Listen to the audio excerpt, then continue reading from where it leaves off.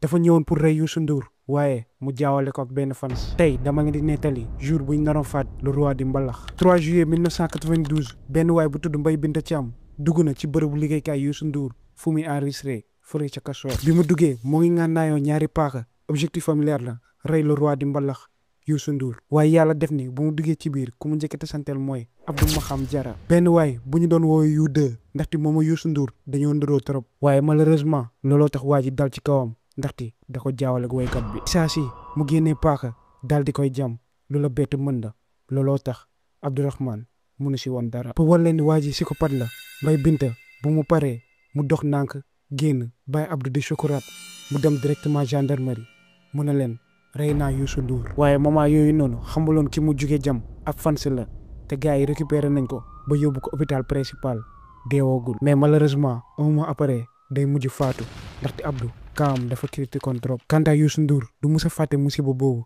ay at après dina toog ci rajo mu ne histoire bi da ko traumatisé tellement jamono jooju dafa bëggoon bàyyi musique. lii nag question mooy lu tax waa ji bëggoon ko rey duñ ko mus a xam ndaxte Mbaye Binta musu see wax. te gars yi bu fekkee vidéo bi neex na leen bu leen fàtte aimé ngeen abonné wu ndaxte chaque jour damay post histoire yu mel nii jàmm yàgg si yéen.